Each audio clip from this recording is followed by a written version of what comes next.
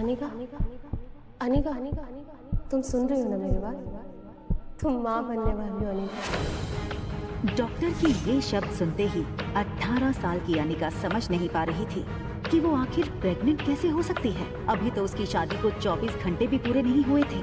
Mister Gautam Guleria, मैं समझ सकती हूँ कि आप दोनों इस वक्त परेशान होंगे, मगर आप लोग कोई भी फैसला ले उससे पहले मैं एक बात बता दूं, प्रेगनेंसी 4 महीने पार हो चुकी है, so abortion is out of question. Impossible doctor, आपसे कुछ गलती हुई है। मैं प्रेग्नेंट कैसे हो सकती हूँ? आज तक मुझे किसी ने छुआ तक नहीं। इसका जवाब डॉक्टर को नहीं, तुम्हें देना है, बेशर्म।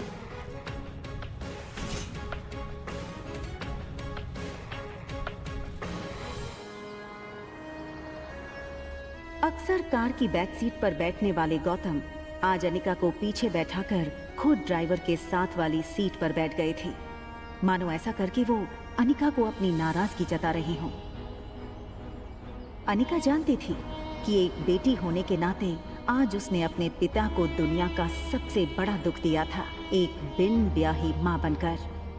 इतना दुख उन्हें अनिका की मां के गुजरने पर भी नहीं हुआ होगा। अनिका को ऐसा लग रहा था मानो आज मनाली का हर इंसान उसे सवालिया नजरों से बस एक ही सवाल पूछ रहा हो कि कौन है इस बच्चे का बाप। लेकिन इसका जवाब तो अनिका के पास भी नहीं था। गुलेरिया हाउस ब्रिटिश के जमाने का मकान था। कहा जाता था यहाँ इंग्लैंड के अधिकारी वेकेशन मनाने आते थे, लेकिन अच्छे से मेंटेन न करने की वजह से पिछले कुछ सालों से थोड़ा बंजर सा लगने लगा था।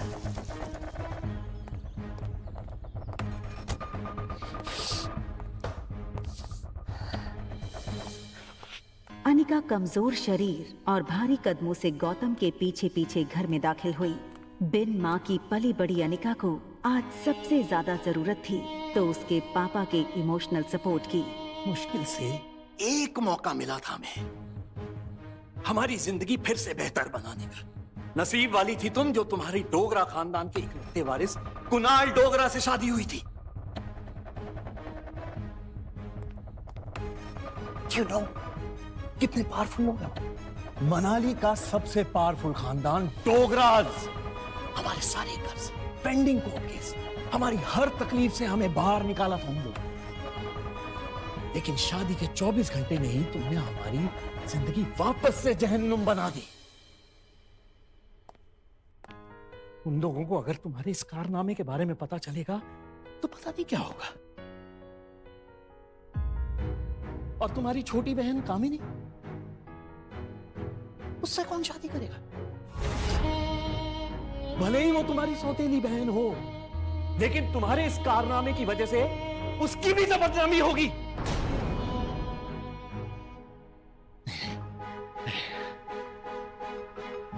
जब तक ये मामला खत्म नहीं हो जाता मैं कामिनी को और तुम्हारी मां मनीषा उसके भाई के घर भेज दूंगा।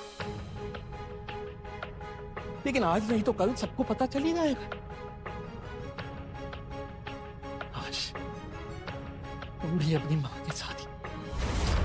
अनिका वो सुन चुकी थी जो गौतम कहते कहते रुक गया था।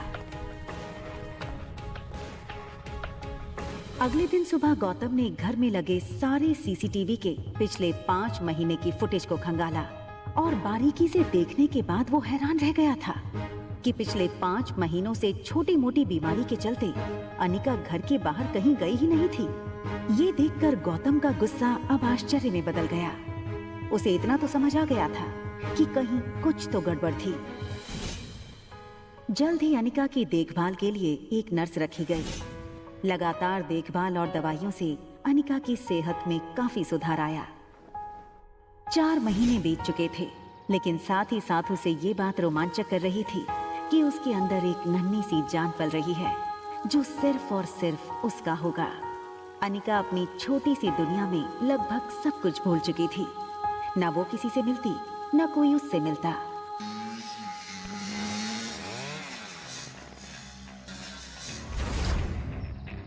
अनिका ने जैसे ही लड़की को देखा, उसकी धड़कन मानो डर और टेंशन से तेज हो गई। ये लड़का और कोई नहीं बल्कि अनिका का पति कुणाल डोगरा था।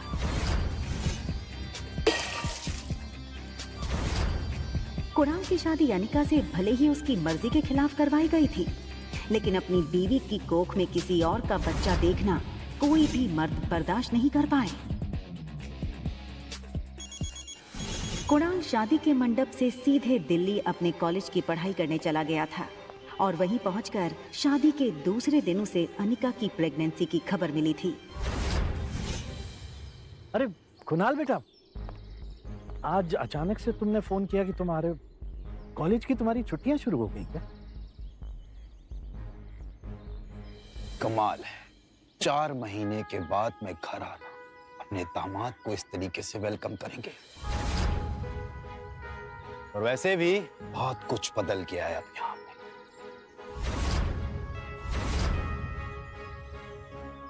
आओ बेटा, अंदर चलकर बात कर। देखो कुणाल, अगर तुम इस शादी को तोड़ना चाहते हो तो मैं समझ सकता हूँ। तुम समझ सकते हो, लेकिन ये बात मेरे बुढ़े दादाजी नहीं समझ सकते। जबरदस्ती इस मोटी से मेरी शादी करा दी और अब वो चाहते हैं कि इसके इस पाप को मैं अपना नाम दे दूं। जब जब इसको देखता हूं ना, ऐसा लगता है एक ऐसे गुनाहों की सजा मिल रही है जो गुनाह मैंने कभी किए ही नहीं। देखो इस बेशरम को कैसे खड़ी है। शादी के फेरे लेते वक्त किसी और का पाप लेकर के खड़ी थी पेट में। क्या लगता है तुझे तेरे इस पाप को मैं अपना नाम दूंगा? कुणाल डोगरा का नाम मिलेगा इसको, सोचना भी मत। पता नहीं किस कदर का कीड़ा है ये।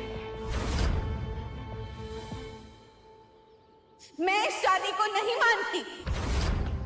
ये सुनकर कुणाल और गौतम दोनों ही शॉक थे। देखो बेटा, इस वक्त अनिका की तबीयत ठीक नहीं है, इसकी बातों पर ध्यान मत दो। और रहा सवाल इस बच्चे का, तो उसके पैदा होते ही उसे अनिका से हमेशा के लिए दूर कर दिया जाएगा, मेरा यकीन कर।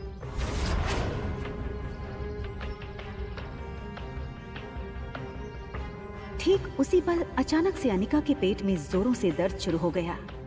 दर्द के मारे एक झटके में अपनी पीठ के बल गिरी। अनिका,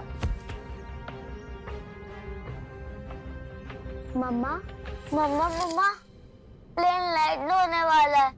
देखते ही देखते आज 6 साल बीत चुके थे और सामने थी उसकी 6 साल की बेटी रिया। रिया का मासूम चेहरा और उसकी खूबसूरत कत्थई आंखें देखकर अनिका की जान में जान आई। मम्मा, क्या हम पापा को ढूंढने जा रहे हैं मनाली? मैंने कितनी बार कहा है तुमसे, तुम्हारे पापा नहीं मिले। कम ऑन मम्मा, हमारे तो टीचर सिखाते हैं कि सब बच्चों के मॉम एंड डैड होते हैं। तो क्या मैं गेमिंग वर्ल्ड से आई हूँ या फिर मैं किसी जादू करके हेड से बाहर निकली हूँ? आबरा का डाबरा, रिया बाहर आ जा। तो मनाली में मेरा भाई मिलेगा क्या? रिया का ये सवाल सुनकर अनिका गहरी सोच में डूब गई थी।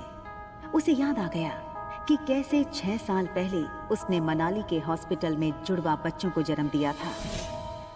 अनिका के पापा गौतम की कद काठी के एक आदमी ने उससे उसके दोनों बच्चों को छीनने की कोशिश की थी।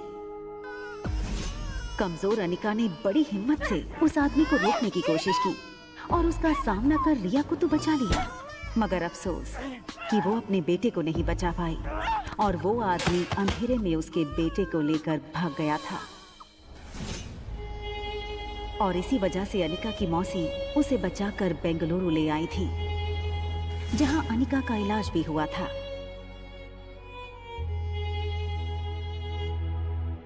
हालांकि इन 6 सालों में अनिका पूरी तरह से बदल चुकी थी।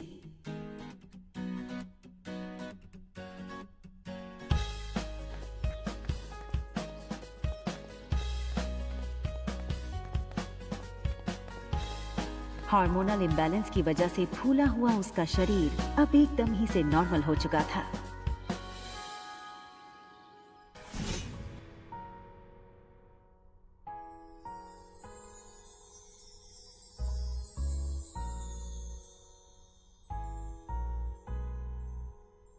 कितनी खूबसूरत लग रही हो तुम।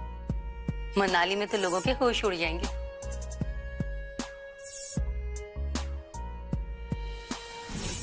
फ्लाइट अटेंडेंट हो या फ्लाइट के अन्य यात्री, सब लोग आते जाते अनिका पे एक नजर जरूर डालते, और डालते भी क्यों नहीं। शिफॉन की साड़ी में अनिका किसी भी फिल्मी एक्ट्रेस से कम नहीं लग रही थी। Excuse me, ma'am. Is there anything I can bring for you?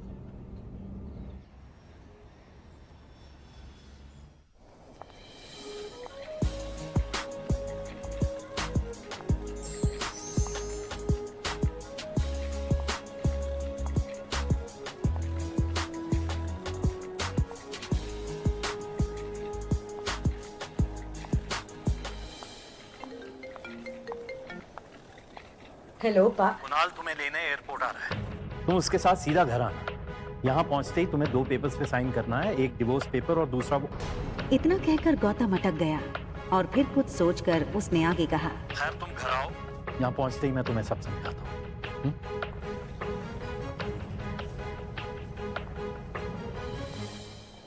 इन 6 सालों में कुणाल भी काफी बदल चुका था। अब वो एक कॉलेज स्टूडेंट नहीं रहा था, बल्कि एक बिजनेसमैन था। आज तक इस दुनिया में किसी भी इंसान को अपने डिवोर्स पे इतनी खुशी नहीं हुई होगी जितनी खुशी मुझे हो रही है आज। कैसे भी करके आज इस मोटी से ना अपने डिवोर्स पेपर्स पे साइन करवा लूंगा। आप फिक्र मत कीजिए सर, आज मैं सुबह सुबह माता के दर्शन करके निकला हूँ और मैंने भगवान से प्रार्थना की है कि आज आपकी हर मनोकामना पूरी। आप चिंता मत कीजिए, आज आपके पेपर साइन हो ही जाएंगे। अच्छा सुन, जब जब मैं उस मोटी को देखता हूं ना, मेरा मूड ऑफ हो जाता है। आज मेरा मूड अच्छा है और दिन भी, तो अपना मूड ऑफ नहीं करना चाहता हूं मैं। एक काम कर, घूम के खड़ा हो जाता हूं। भले उसने तुझे नहीं देखा है, तेरे हाथ में जब ये बोर्ड देखेगी तो तेरे पास खुद ब खुद चली आएगी। सीधा कर ले बोर्ड को।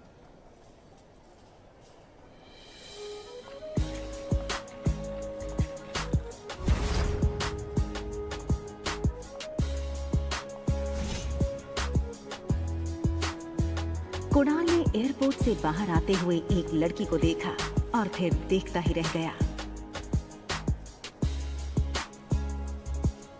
कुणाल बिना वक्त गवाए इस लड़की के सामने आकर खड़ा हो गया। अनिका एक पल के लिए सहम गई और उसे लगा कि पहले की तरह कहीं कुणाल उसकी फिर से इंसल्ट न कर दे, और इसीलिए अनिका सीधे कुणाल को थप्पड़ जड़ देना चाहती थी, मगर वो अपनी बेटी रिया के सामने कोई तमाशा नहीं करना चाहती थी। Hi miss gorgeous. अब लगता है मनाली में आप पहली बार आई हैं, क्योंकि अगर आप पहले आई होती तो ये पॉसिबल नहीं कि आप मेरी नजर से अननोटिस होती। टैक्सी। टैक्सी की क्या जरूरत है? आप कहिए, जहां कहिए वहां मैं आपको ड्रॉप कर सकता हूँ अपनी कार से। इफ यू अरे ये छोटी सी गुड़िया को आना है। हाँ, लगता है ये आपकी छोटी बहन है।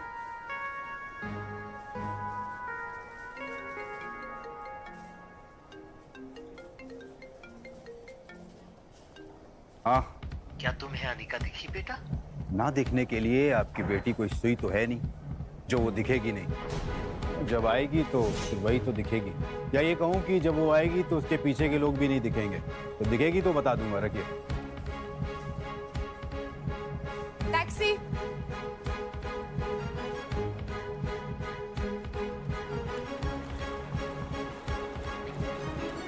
टैक्सी वहां से निकलने ही वाली थी कि तभी कुणाल ने टैक्सी रोकी। मैम, अगर आप बेंगलुरु की फ्लाइट लेकर के आ रही हैं तो क्या आपने उस फ्लाइट में एक बहुत ही भद्दी और मोटी लड़की को देखा क्या? एक्चुअली वो ना 6 साल पहले 120 किलो की थी। तो पक्की बात, डबल सेंचुरी मार चुकी होगी। आपने नहीं देखा?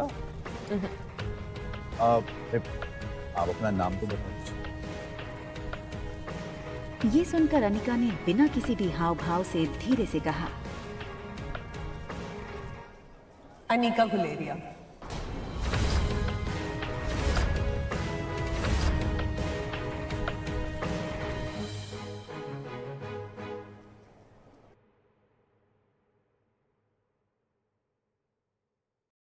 मनाली के छोटे से एयरपोर्ट के बाहर की